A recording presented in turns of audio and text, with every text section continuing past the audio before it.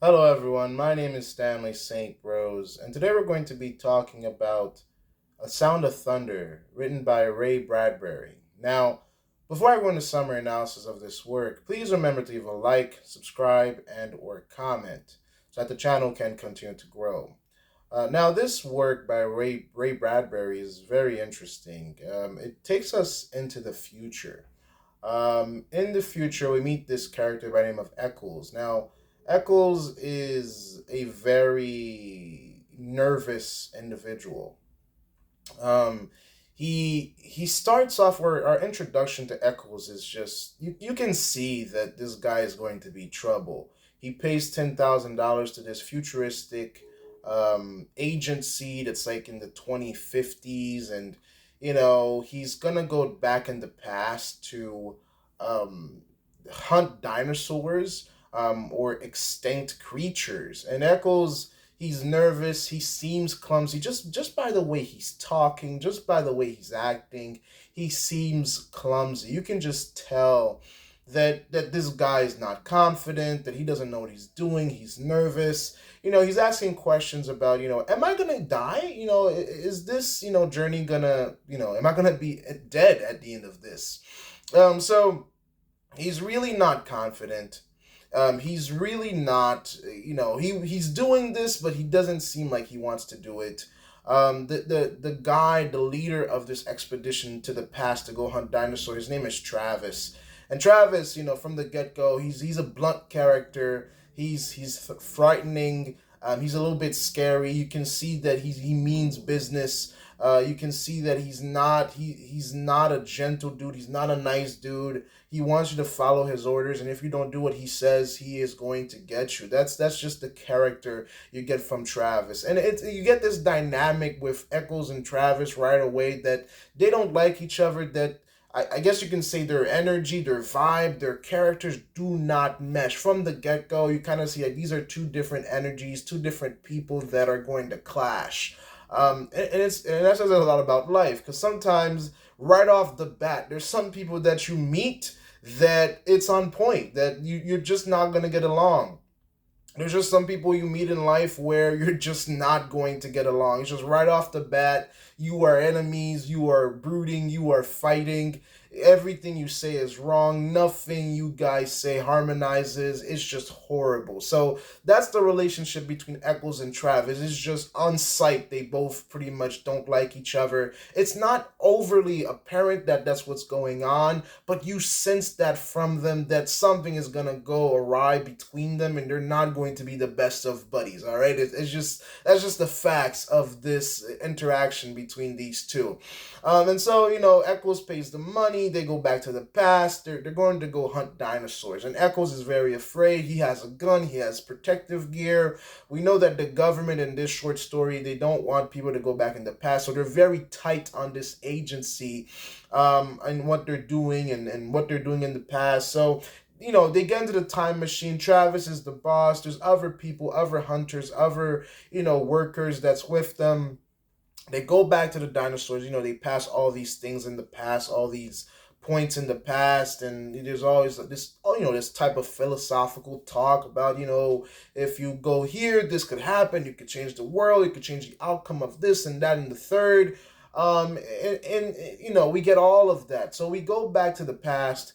Eccles is afraid. We can see that he's afraid. They go hunting. They have a past. They have everything laid out. Travis and his other workers, they've already set up everything. They've been back in the past to set up everything so that they can go kill a specific animal that won't affect the timeline. That won't affect the timeline. That won't affect the future.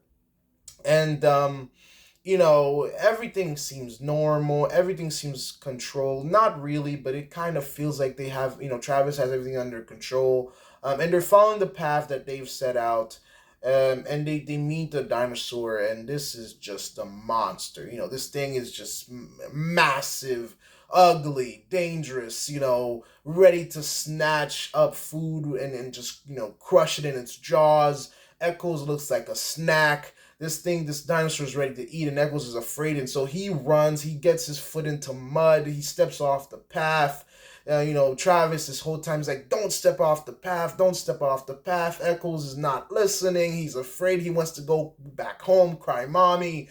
All of that in the third. And pretty much when the monster gets close, they do shoot the monster. The monster goes down. A tree branch falls on the monster, and that's its scheduled death, according to Travis in the past.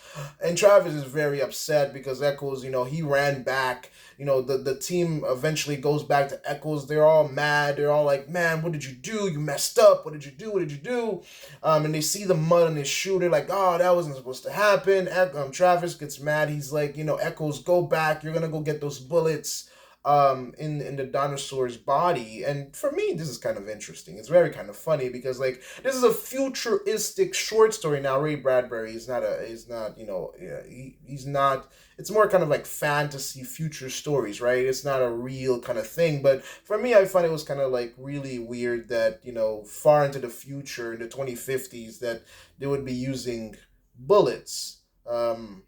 This was written a very long time ago after World War II. So, the fact that they thought that maybe in 2050 they would be still be using bullets, or because Echoes goes back to get the bullets. So I mean, maybe still in 2050 or far into the future they're still using bullets, but I would imagine they would, the human race would be more creative and I don't know, lasers or something. I mean, I was expecting some more advanced or revolutionary weapons, but no, just bullets, or I guess more powerful bullets. In any case, Echoes goes back to get the bullets, and for me, I was like, this is a futuristic story. You have a time machine. Come on, you can create a better gun or weapon than something that has bullets. Anyway, that's my take. I just didn't like that part. But yeah, so Eccles gets it. He has to go into the dinosaur. Climb in. Touch the dinosaur and everything. Get the bullets. Go back to the people, and Travis is like that guy that just keeps. He's not cursing, but he feels like the guy that's brooding and mad and just swearing. That's not what's happening in the text, but that's the vibe. That's the feeling you're getting from Travis there, and he's pretty angry. They all get back in the time machine. They're like, oh man, you probably messed up the future. They go back to the future, and Eccles and Travis are like trying to figure out, did anything change? Did the timeline get messed up? And yeah, the timeline did get messed up because Eccles stepped on a butterfly, and the boot on his feet. There's also a butterfly embedded into it, and he killed the butterfly, which changed language, which changed society, and which also changed the president because there was an election at the time, and the president that Eccles wanted, well, now that guy's not the president anymore. It's another president that's kind of like more rough and tough and not as soft as I guess Eccles would want the president to be. So the president, um, yeah, the president is different, is changed, and the world is different, words are different, and Eccles is like, oh man, I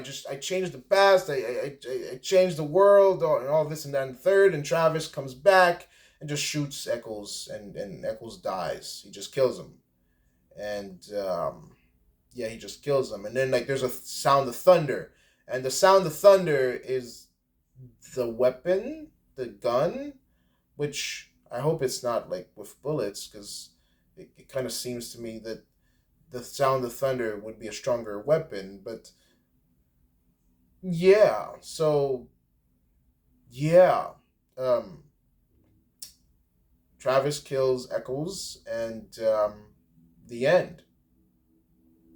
I know, right? So in terms of deeper meaning, in terms of analysis here, this is a very interesting story. I really hope that human beings never invent time travel. I think this story, when we're looking into it, it makes you think about technology. And I think Ray Bradbury, he wrote a lot about futuristic societies, all types of, um, you know, governments and societies and dystopias or utopias. Think about utopias and dystopia. Ray Bradbury, Fahrenheit 451. Uh, you think about technology and governments and society, and this type of society that Echoes is living in, it's a society that's afraid of technology, and the technology is quite dangerous. I mean, you have a time machine that could change all of human history. You step on a mouse, you could end a whole race of people, because maybe that mouse has a bunch of kids, and those kids were a meal to some other type of animal, and that animal was some type of meal to some other type of animal, and maybe that was the food of some human whatever group, or so just like how Eccles kills the butterfly and it changes the whole world, killing a mouse, well, maybe that's not just the president changing in words, but maybe it's then um, language, countries, identities. Maybe France is not France, and now France is, I don't know, um, uh, Germany. I'm just throwing wild things out there, because that's what happens when you play with time travel. Because you do anything differently, and everything else changes. It's like a domino effect. I mean, yeah. So, yeah, yeah, and yeah. I mean, the reality here, it shows us how dangerous technology can be, how it can change our lives, um, and it's also a warning of, it can be get to a point where it's, you can't control it, because this time travel machine and a sound of thunder, it can get people killed. It can change people's lives, and well, if you can go back in the past, so like a guy like Travis who knows how to use the machine, he could technically go back in the past and change the past whenever he wants, even if the government is watching him or not. If he's smart enough, he could play with the past however much he wants and change it, because he knows how to use the time machine and knows how to um, change time. Because like he knows that something happened in the timeline. That's why he killed Eccles. So Travis, who knows what's in his mind? Who knows what he's going through? Because this dude is tense throughout the whole short story. He's like, "Don't mess up anything. The government's down my neck. The government's breathing down my neck." He's unhinged. So who knows? Maybe he's gone back in the past before and changed the timeline. Maybe he knows Eccles did something. Maybe he knows. So Travis is a very interesting figure within the short story, because we don't know what he's up to. We don't know what he knows. We don't know what he's been through. And we don't. Is it just anger why he kills Eccles? Or maybe it's because of some other reason. Maybe he wants to get rid of some evidence. So Travis within the short story is a person that we have to pay attention to, because he's the only one that knows a lot about the timeline and the technology and about the government. He's a very interesting figure. Eccles from the get go, I mean, it was just foreshadowed that he was going to be killed. I mean, the story told us right from the beginning. Because like when somebody walks into an agency that's going back in the past, he's like, "Hey, I'm going back in the past now, but am I going to be killed?" Well, he kind of put it together that he's going to be killed. So, yeah, but that's the story. So that's all I had to say about it. Please remember to leave a like, subscribe, and or comment, and I'll see you guys in the next video.